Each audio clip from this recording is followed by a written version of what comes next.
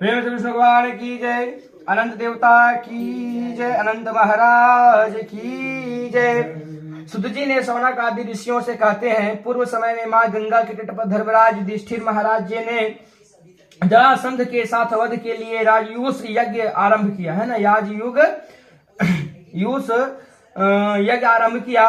युधिष्ठिर ने भगवान श्री कृष्ण सहित श्री भीमसेन, अर्जुन आदि भाइयों के साथ अनेक रत्नों से शोभित मोती जड़ी हुई स्वर्ग के तुल्य बड़ी विशाल यज्ञशाला बनवाई और उसके लिए सब राजाओं को अनेक प्रकार से जीत करके लाए हुए। एक समय में गंधारी और राजा धृतराष्ट्र का पुत्र जो दुर्योधन नाम से विख्यात था, उस यज्ञशाला में आकर के प्रांगण में जल की प्रतिमा देख करके वस्त्र को ऊंचा कर उस जगह से धीरे धीरे चलने लगे। यह देख करके द्रौपदी आदि स्त्रियां हंसने लगी और दुर्योधन आगे जल को भूमि जान करके उसमें गिर गया। यह देख करके सब राजा लोग तथा तप रूप धन वाले ऋषिगण और द्रौपदी आदि सुंदर नेत्र वाली स्त्रियां भी हंसने लगी।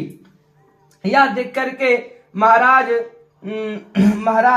धीराज दुर्योधन अत्यंत क्रोधित होकर अपने मामा शकुनी के साथ आगे बहुत ही कार्य करना है, इसलिए आप महाक्रोध को त्याग कर हे राजन यज्ञशाला में आप अपने घर चलने के लिए उठिए, है ना। तब ऐसा ही सही यह कह करके राजा दुर्योधन राजाओं को साथ दिल्ली हस्तिनापुर जा करके राजा पांडु के श्रेष्ठ पुत्र युधिष्ठिर, भीमसेन, अर्जुन आदि को बुला करके राज्य में प्रसन्न होकर के जुआ खेलने लगा। उस जुए में नहीं है छल, जिसमें ऐसे पांडवों का संपूर्ण धन और राजदीक जीत लिए। तदंतर भ्राताओं सहित युधिष्ठिर महान विपत्तियों को प्राप्त हुआ, है ना। जंगलों के बीच बनचर जो भिल्लादिक और अनेक दृश्य रहने लगे। वह पांडवों को इस समाचार को सुनकर के श्री कृष्ण वहां गए और सुतजी, शौनक आदि ऋषियों से कहा कि दुखी अत्यंत से दुर्लभ पांडव लोग ने वन में रहते थे। महात्मा श्री चंद्र को देख करके कर्म और पूजनादिक और प्रणाम कर राजा युधिष्ठिर से बोले, हे प्रभु, भाइयों के सहित हमको यह दारुण दुख प्राप्त हुआ है। इस दारुणी दुख सागर से हम कम से कैसे छूटे। सो कहिए, हम कौन सा उत्तम देवता का पूजन करें अथवा कौन सा व्रत करें जिससे हमको राज्य मिले। हमारा हित तो आप ही हैं, कृपा कर जो होगा वह मुझसे कहिए। ऐसा सुनकर भगवान कृष्ण बोले, हे युधिष्ठिर, पुरुषों में स्त्रियों को समस्त पापों को नष्ट करने वाला अत्यंत उत्तम एक अनंत नामक व्रत है। भद्रपद मास में शुक्ल पक्ष चतुर्दशी तिथि को होता है। उस व्रत को अनुष्ठान मात्र से संपूर्ण पापों का नाश हो जाता है। ऐसा सुनकर राजा युधिष्ठिर ने कहा कि वासुदेव, आपने जो अनंत व्रत कहा है वह क्या शेषनाग का अथवा अनंत नाम नक्षत्र व्रत है? यह अनंत पर ब्रह्मा का यह व्रत है। हे केशव, यह अनंत किस देवता का नाम है? सो सत्य सत्य कहिए। ऐसा सुनकर कि कृष्ण भगवान बोले, हे धर्मराज, अनंत हमारा ही नाम है, इसे हमारा ही स्वरूप जानो। सूर्य आदि जितने देवता हैं और कालादिक जो कहे जाते हैं सब को हमको ही जानो।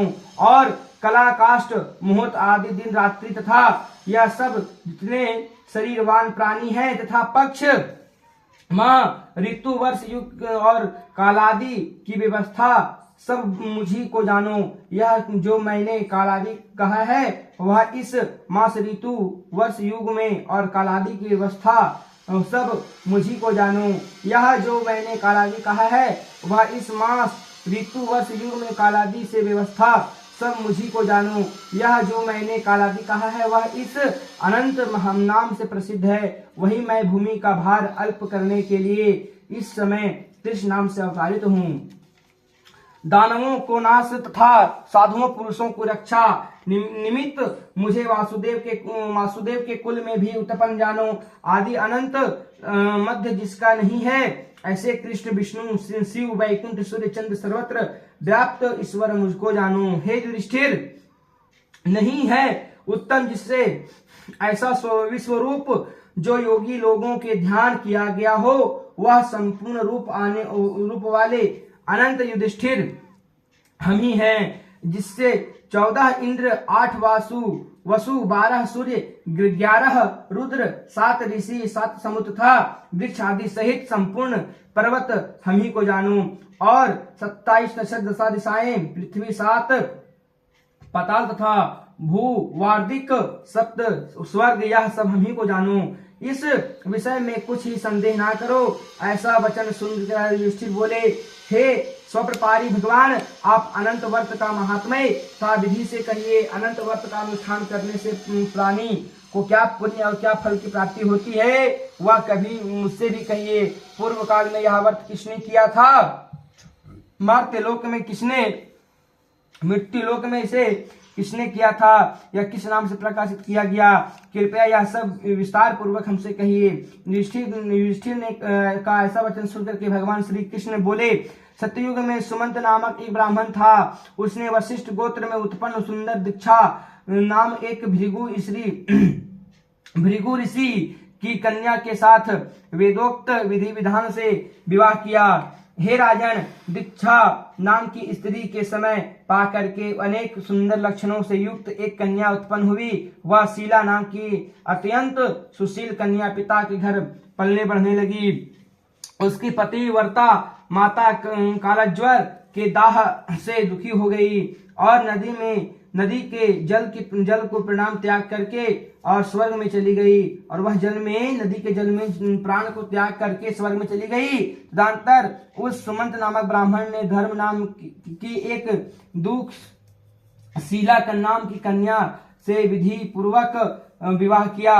वह स्त्री नाम के ही सादृश दुष्ट स्वभाव, कर्कशा वचन बोलने वाली और बड़ी प्रखंड थी। वह शीला नाम की कन्या पिता के घर